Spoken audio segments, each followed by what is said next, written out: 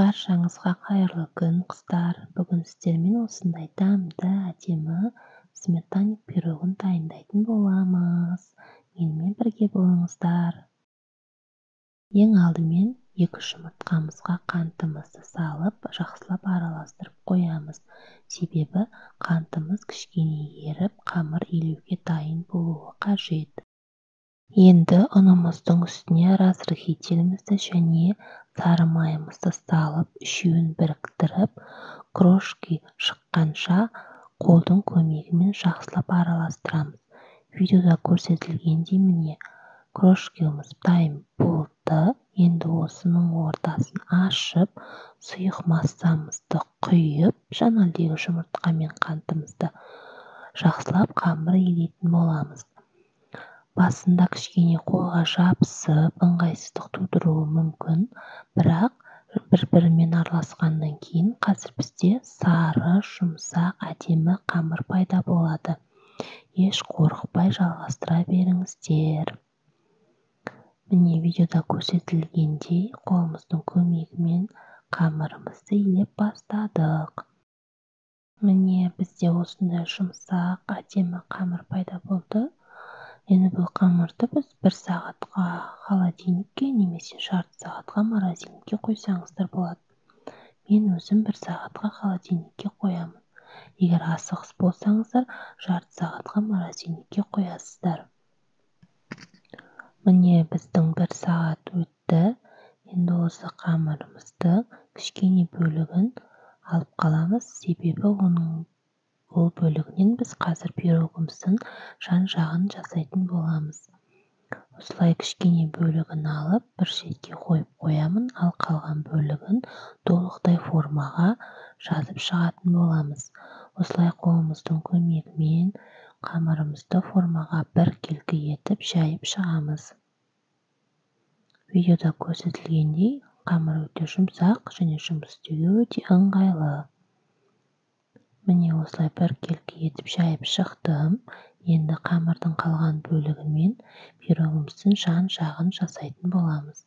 Осылай артық бөліктерін қолымыздың көмегімен алып тастап отырамыз. Қамыр өте ыңғайлы жұмыс істеуге және де артық ұнды талап етпейді. Осылай қолымыздың көмегімен форманы айналдыра қамырымызды орналастырамыз.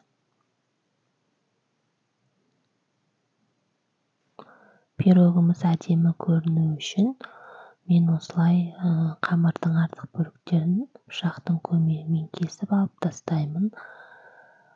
Сол кезде қамырымыз формаға жақсы отырып, біздің пирогымызға әдемі сән беретін болады. Видеода көріп тұрғандарыңыздай міне артық бөліктерін кесіп алып тастадым.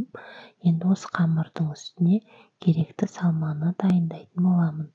Ол үшін жұмыртқаның үстіне 500 грамм қаймағымды және 100 грамм қантты салып, венчиктің көмегімен 1 минуттай араластырамын.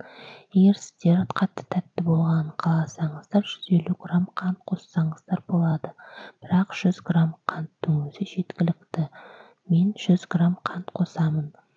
Және осы видеода көрініп тұрғандай венчиктің көмегімен жақсылап араластырамын. Миксермен араластырудың қажеті жоқ.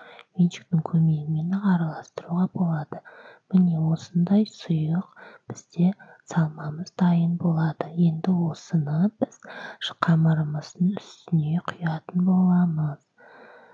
Міне осылай құйып шықтым барлығын. Және де көп болып кетеді, жанына шығып кетеді деп қорықпаңыздар.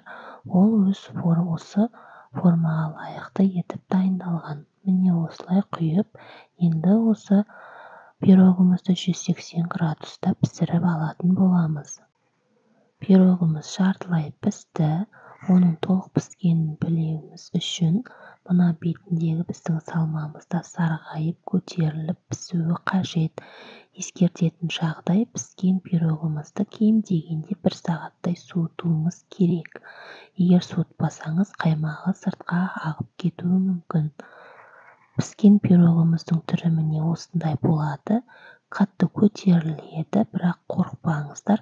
Суыған кезде көтерілгеннің барлығы басылып, өзінің формасына енетін болады. Міне пирогымыз толықтай суыды, өте әдемі. Енді сіздермен осы пирогты қане кесіп көрейік. Өте жұмсақ, нәзік болып пісті, арасы да әдемі. Көріп тұрғандарыңыздай дәмі де өте керемет болғанына сенімдімін. Сіздер де жасап көріңіздер. Өте жасалу оңай, дәмді, кез келген қонақтардың көңілінен шығатынына сенімдімін. Менімен бірге болғандарыңызға рахмет. Арнама тіркеліп, лайк басып кетуді ұмытпаңыздар. Сау болыңыздар.